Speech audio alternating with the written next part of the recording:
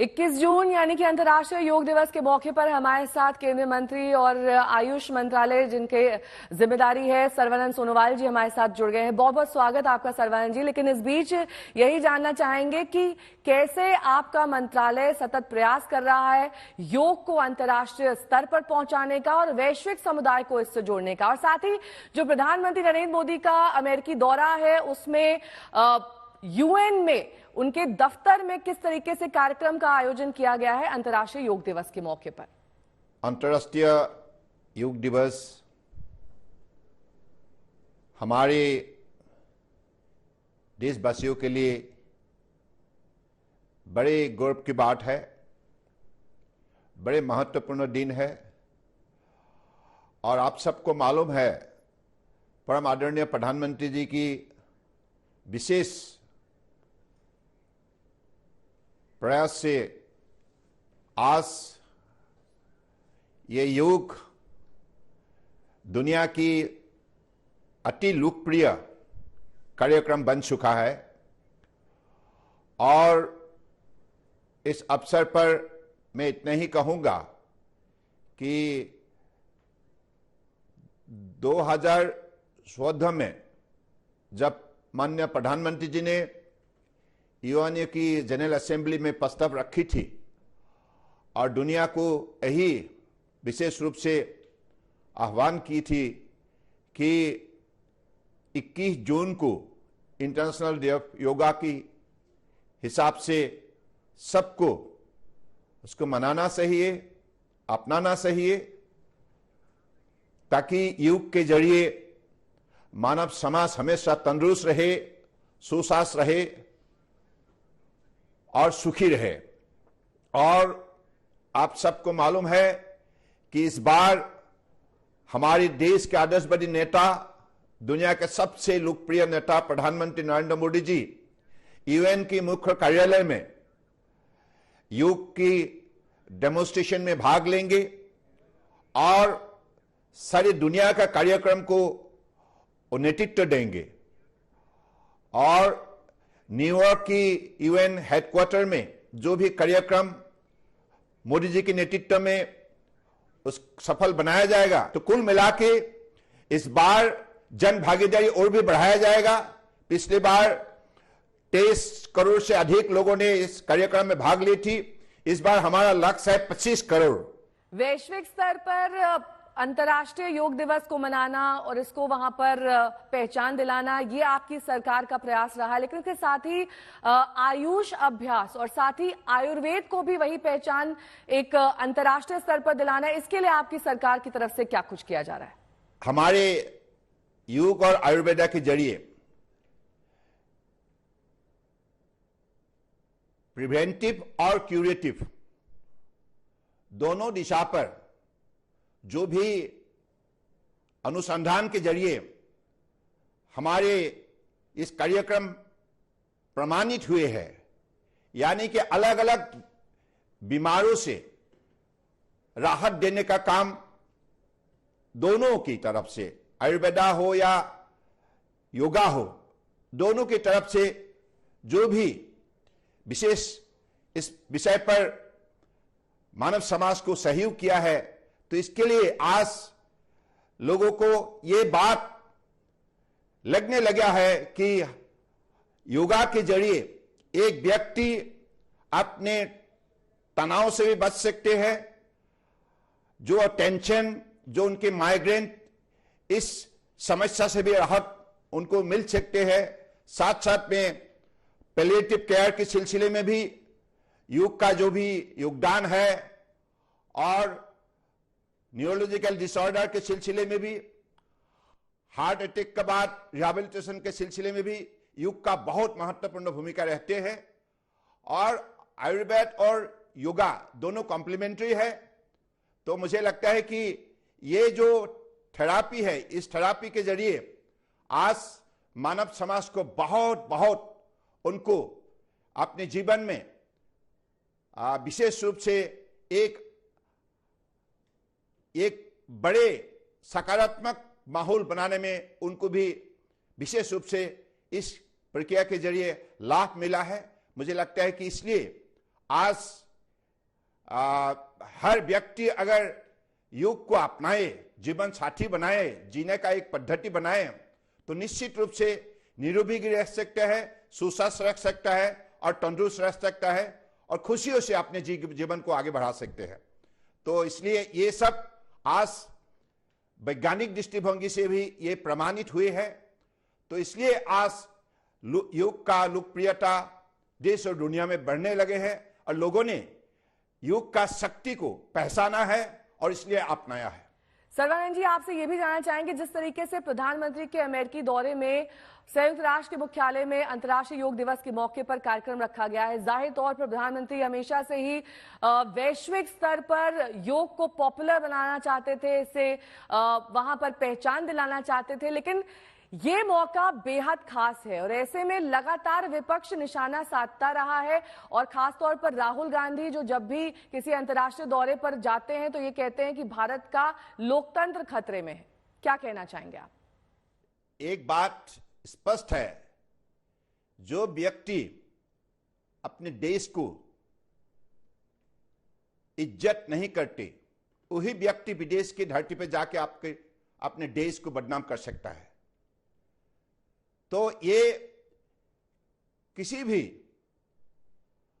लोकतंत्र में विश्वास रखने वाले व्यक्ति के लिए ठीक बात नहीं है और मुझे लगता है कि राहुल गांधी जैसे व्यक्ति आज वो फ्रस्ट्रेटेड है, उनके पास कोई शक्ति नहीं रहा, देश का जनता का भी समर्थन नहीं रहा, इसके वजह से आज अपनी ही मातृभूमि के खिलाफ कदम उठाए है।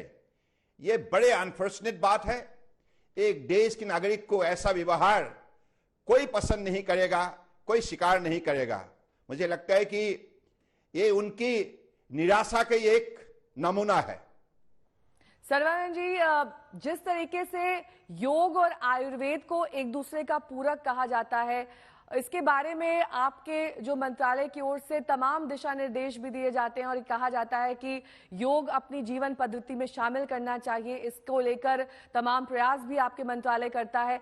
ऐसे में आने वाले वक्त में किस तरीके से आपके मंत्रालय की ओर से या फिर आपकी सरकार की ओर से योग और आयुर्वेद हमेशा एक दूसरे के पूरक के तौर पर देखे जाएं, इसके लिए क्या प्रयास है?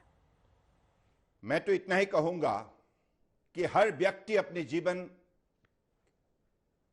को सजाए, खूबसूरत से सजाए, निरोगी रहे और हमेशा टेंशन फ्री रहे, हमेशा सकारात्मक रहे, शक्तिशाली रहे।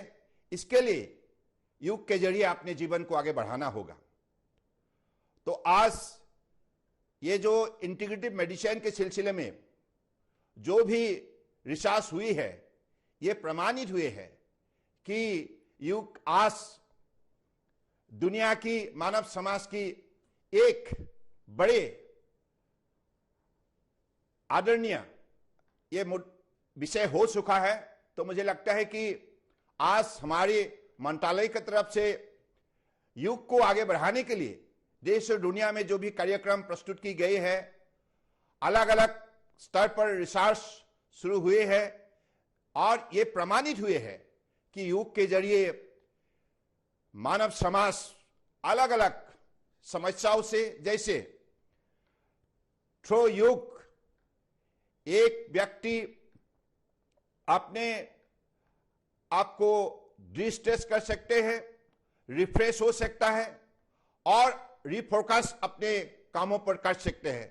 तो इतना तक योग के जरिए शक्ति मानव समाज को मिल सकता है। तो इसलिए आज परम आदरणीय प्रधानमंत्री जी की मेहनत के वजह से उन्होंने जो भी कदम उठाए पिछले 9 साल के अंदर, इसके वजह से आज यूएनओ का जितना भी कार्यक्रम है साल भर का, सबसे अगर अधिक महत्वपूर्ण और लोकप्रिय कार्यक्रम है। आयुष मंत्री के तौर पर आप अंतर्राष्ट्रीय योग दिवस पर लोगों से क्या कहना चाहेंगे? क्यों उनको योगा करना चाहिए और क्यों हमेशा से ही योगा को हिंदू धर्म से जोड़कर देखा जाता है? इसको लेकर जो तमाम मिथक और भ्रांतियां हैं, उसके बारे में आप अपने विचार सामने रखिए। मैं तो इतना ही कहूंगा कि हर व्यक्ति अपने जीवन को सजाए, खूबसूरत से सजाए, निरोगी रहे और हमेशा टेंशन फ्री रहे, हमेशा सकारात्मक रहे, शक्तिशाली रहे। इसके लिए योग के जरिए अपने जीवन को आगे बढ़ाना होगा।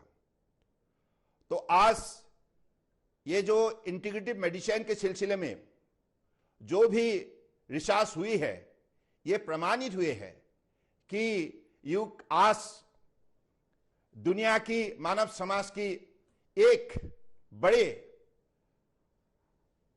आदरणीय ये विषय हो चुका है।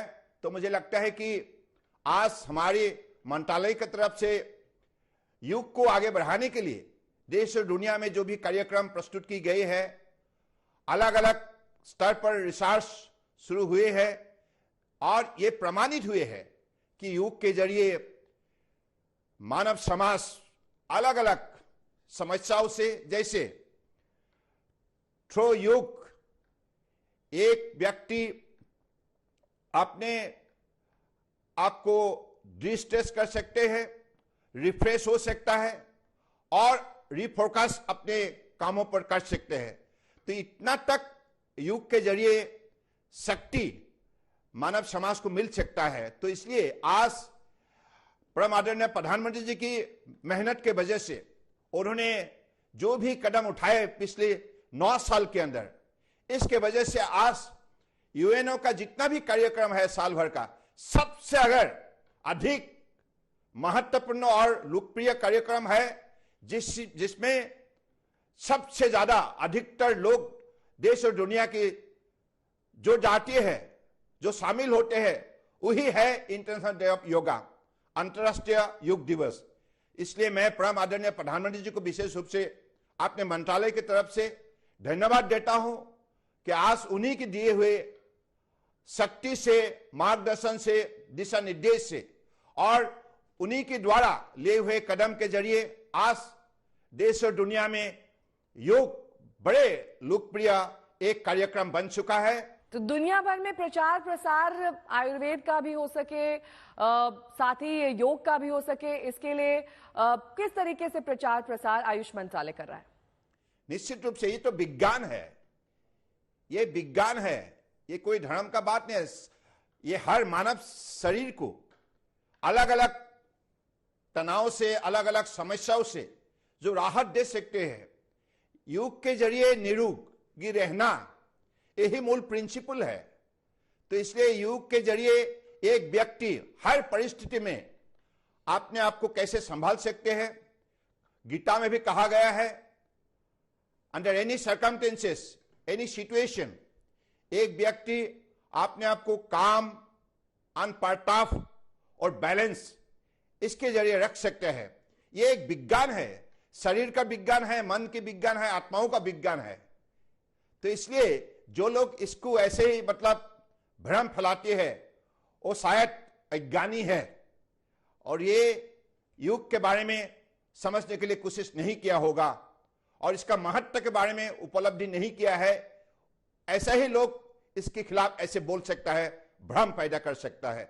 लेकिन आज मानव समाज इस विषय को कभी भी स्वीकार नहीं करेगा, क्योंकि जिन्होंने भी योग को अपने जीवन का हिस्सा बनाया, जीने का एक बड़े महत्वपूर्ण कार्यक्रम बनाया, वो व्यक्ति को आज गंभीर रूप से महसूस हुआ है कि अपने शरीर को कैसे निरोगी रख सकता है, तंदुरुस्त रख सकता है और अपने जीवन में खुशी को कैसे वो अपना सकता है। मुझे लगता है कि ये योग का सबसे बड़े महत्व है और आज ये साबित हुए है कि योग के जरिए दुनिया के मानव समाज को कैसे एक ही मंच पर एकत्रित कर सकता है, जो काम परम आदरणीय प्रधानमंत्री जी ने करके दिखाया है। सर्वानंद सोनोवाल जी, बहुत बहुत शुक्रिया हमारे साथ जुड़ने के लिए और इस बेहद महत्वपूर्ण मौके पर आपके मंत्रालय की ओर से जो प्रयास किए जा रहे हैं उसके बारे में जानकारी देने के लिए बहुत बहुत धन्यवाद।